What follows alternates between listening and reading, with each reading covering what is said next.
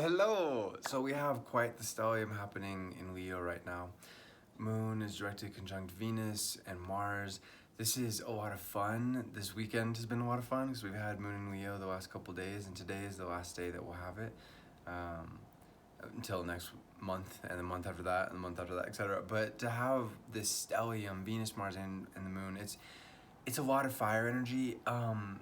There's a couple of challenges with this. One, as you can see, that I'm struggling with this last week that I'm trying to make better on is sleeping and staying grounded, taking care of basic necessities. All of this fire energy, fire just burns. For me, I discovered Civilization 6. I don't know if anybody's played that game. Tons of people have played that game. But it's amazing. It's so much fun. But for like 4 nights in a row, I'm just burning. Like, no, that's cool. No, this is cool. That's cool. And that's more the Venus and the Mars conjunction in Leo that we've been dealing with. And we'll get into that a little bit more after this little part. But with the Moon, it just makes it all the more so. And I've been feeling it the last couple of days where I'm like, fuck, I need to sleep. My friends have said, you need to sleep. So that's one of the challenges for today. To keep in mind is just to make sure that we're not burning through our energy. Again, it's very fun, it's very passionate. This can play out in a couple different ways, and this is one of the other main challenges that we really need to keep in mind with this particular stellium, is it can play out in terms of drama too. Sometimes we can get our thrills and fun in ways that aren't really healthy for us, and with this particular stellium, it can become it can blow stuff can get blown out of proportion. I think especially since Mercury just went into Cancer, and there's a lot of stuff to cover there. We'll get to that. But since Sun and Mercury in Cancer, drama having to do with family can be something to keep in mind to mitigate and to not seek to inflame and make worse if it is going on with those around you. In particular, since we have so much feminine energy, with the Moon and Venus conjunct Mars, I think, and also with the Cancer energy, that's a feminine energy in many ways as well. I think that this drama would probably come about through females in the family. So something to keep in mind. Of course, naturally, we all have our masculine and feminine sides. So, excuse me. The males in the family, maybe their feminine side is flaring up during this time. But regardless, whether it's happening in the family or in the world around you or wherever, within ourselves, it's so important to keep cool and to relax and to just not give in to the drama and to enjoy the beautiful part of the stellium, which is the fun and the playfulness and enjoying in moderation with things that are really exciting and really, really great. Another aspect, as we were saying before, about this conjunction of Venus and Mars in Leo is, like we talked about, I think in the previous video or the video before that, this is a highly sexual conjunction.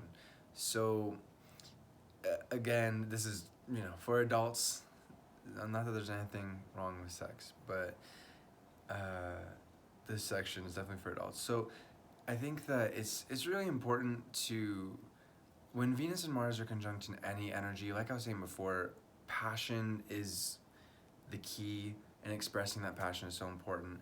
And I really can't say it enough. The one of the biggest tools that we have with this particular conjunction, or just life in general, is being able to regulate our passion ourselves, namely through masturbation. It's a healthy part of life. There's so many different studies that show that scientifically it helps our mind, our emotions, etc. And I think, unless you're in a relationship or, whatever, I don't mean to generalize, to each their own about what they want to do. Casual sex is definitely not for me, but, in general, though, I think it's so important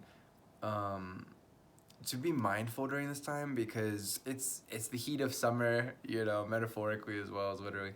And with Venus and Mars conjunct especially, I think, I know that people are kind of like supercharged sexually, and all that is awesome, but we need to channel it well. And again, I can't say it enough. I know we mentioned this in the previous video, but this is all the more so because Venus and Mars are directly conjunct, and they'll continue to be really tightly conjunct for the next 4 days or so. With Saturn opposite this conjunction, I think especially today with Saturn opposite Moon, a lot of our frustration that can arise during this time can really just be pent up sexual energy. So if you're expressing your sexual energy and you're not beholden on anyone else to be able to express it, I think you're gonna be doing yourself a huge favor during any season, but especially during this season, like today, and the next, like, say week and a half even. I mean, we'll have this conjunction loosely still about a week and a half from now, but this is something that's going to be on all of our minds for the next 2 weeks. So again, I can't say it enough, just being able to express this energy in any kind of way, but certainly sexually is a huge part of this. That is going to be extremely important, extremely helpful, and will help you to honestly probably avoid a lot of drama. A lot of the drama is going to come about because people are being sexually frustrated and they're just, they're, yeah. So, one last thing, I didn't quite cover this. Like I was saying, with Saturn opposite all of this energy too, it's really important that something we haven't talked about is Saturn opposite all of this Leo is acting as a stopgap, and this can apply in many ways. You're passionate about something, you want something to happen, but it's not quite the right time, or again, the sexual aspect of things, oh, I can't quite find a partner, or whatever it might be, right? It's with Saturn transits, especially with the moon opposite Saturn, just for a couple days, so this last weekend and for today, things can seem a lot more serious or limited or confining or painful or sad, or these negative kind of emotions, they can seem a lot more than they actually are. And I think that especially over the next couple of days when the moon moves into Virgo, I think we'll have a lot of clarity and a lot of grounded energy to be able to make sense of what we're feeling. This weekend has been quite a weekend of feeling. We had Mercury going to Cancer, which we'll get to in just a moment, and all this Leo, and then the Sun in Cancer. So, I just don't get caught up in what seems restricted right now. If you do feel that kind of restriction, so it's a lot less restricted than it might seem in many ways with Saturn. Now, that being said, Saturn can also be really helpful in being able to show us things that we need to improve. So if you are feeling restricted, it is good to not just be passive with it, but to focus on, seeing it as just, it's a phase, it is a phase, but that is coming up to the foreground of our consciousness, but also it is a good example, a good reminder of what we need to work on and what we need to get better at and improve upon and fix, and especially when it comes to like major structures in our life, what we need to get together, as well as what's going good, right, and what we can continue to do. The last thing I think for today is Mercury's in Cancer. For Geminis like myself, and Virgos especially, or if you have a lot of Gemini and Virgo energy, it's a major shift from the Mercury in Gemini. It's a lot more emotional, a lot more in touch with our subconscious. And for all of us, this is true, but I think especially for those who have a lot of Gemini and Virgo, but for all of us, the shifts, honestly, I love, like I always say, I always love when a new transit begins. It doesn't matter what transit just came and what transit's here now, because it's always the next step in the story, it's the next chapter. And for the next about 2.5 weeks, we'll have Mercury in Cancer, and we'll talk more about this as time goes on. But this is a really lovely shift away from the Mercury Gemini energy, which we've had. And I have Mercury Gemini natally. I am a Gemini, right? But it's too much of anything is too much, and it's never too much. But when it's time to move on to the next thing, it's time to move on. So it's really nice that we've had Mercury Gemini. We had a retrograde season, so it extended it. I think goodness, I want to say since mid-May. It's been a while. We've had Mercury in Gemini for probably about 3 times as much, maybe almost 4, something like that, as per the usual Mercury transit. Again, Mercury in Cancer will be here for about 2 weeks, right? As opposed to 6 weeks, 7 weeks, whatever it was. I don't remember exactly. But our mind is shifted away from Mercury. Gemini can be a very nervous energy, again, from personal experience, having it natally. And it's nice. The transits are interesting because we're all experiencing the same transits at the same time. It's a little bit different for each of us. They're like, for example, Mercury's in my 12th house. That's something very different for somebody experiencing it in their 1st house or 3rd house or wherever it might be. But ultimately, we're all experiencing Mercury in Cancer, just as we experience Mercury Gemini. So it's nice that we're now shifting into a more relaxed energy, where people aren't overthinking as much and are more relaxed, like I said, more calm, more connected to their emotions. I think that now is we're in a really wonderful subjective time, not just with the moon in Leo, so for today especially, but really for the next several weeks with all this Leo and Cancer energy. And the subjective times of our lives are really helpful for being able to understand our emotions, both in terms of the water, the more introspective, reflective, introverted, as well as the fire, the extroverted, the fun, the playful, the empowered self, the empowered ego, the inner child at play.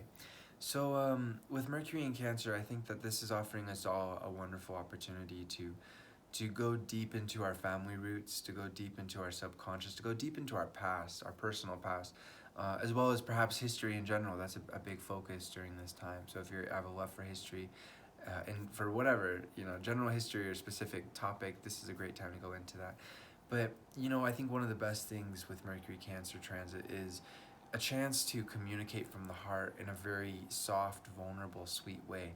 There's another side of Mercury Cancer that is the shell, so it doesn't mean that necessarily everybody is going to be able to be vulnerable enough and tap into their subconscious enough.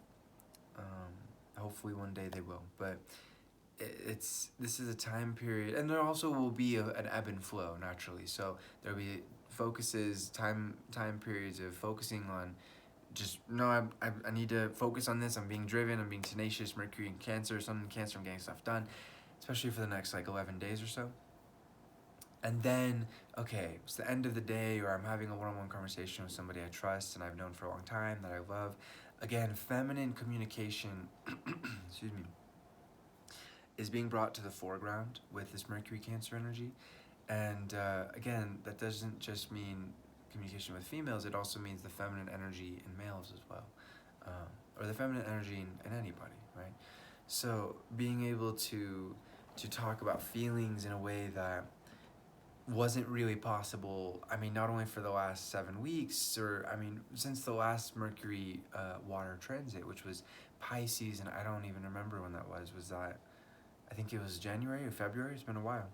So again, it's the next part of the chapter, excuse me, or rather it's the next chapter in the story, and this is a wonderful time to get in touch with our emotions, to communicate them to our loved ones, to listen to them really effectively, way more effectively, honestly, than we have been in recent times, in the last couple months, especially since the sun's in Cancer too. So look at this as an opportunity, and it's all an opportunity, but an opportunity to really get into the emotions. And if you're feeling uncomfortable about your emotions, and I think a good way to understand if you're feeling really uncomfortable, obviously you could just feel it, but also if you're looking outwards at the world and you're frustrated, again, all that Leo and Aquarius, go inwards. Go inwards and seek to understand, why is this frustrating to me? What can I do? And recognize that we always can make changes in our lives. That's really important. With Mars opposite Saturn, sometimes it can seem like we can't make changes, or that we're stuck. And maybe we're temporarily stuck, but ultimately we can always chart our own life story, and we can always write a new chapter for ourselves. So this transit of Mercury Cancer is offering us a beautiful opportunity to do that. And the more that we just understand our own emotions and seek to honor and respect and consider the emotions of others, of course, that doesn't mean enabling, sometimes setting boundaries. People are being ridiculous during this time. But aside from that, as long as we're making space in our hearts for our own feelings as well as those of others, especially those closest to us, it's a beautiful time of blessings. There's always a beautiful time of blessings, but that's how we can access those blessings and appreciate them consciously. As always, I'm doing readings. You know how to get in contact with me. Infinite love to you, my friends. Namaste. Peace.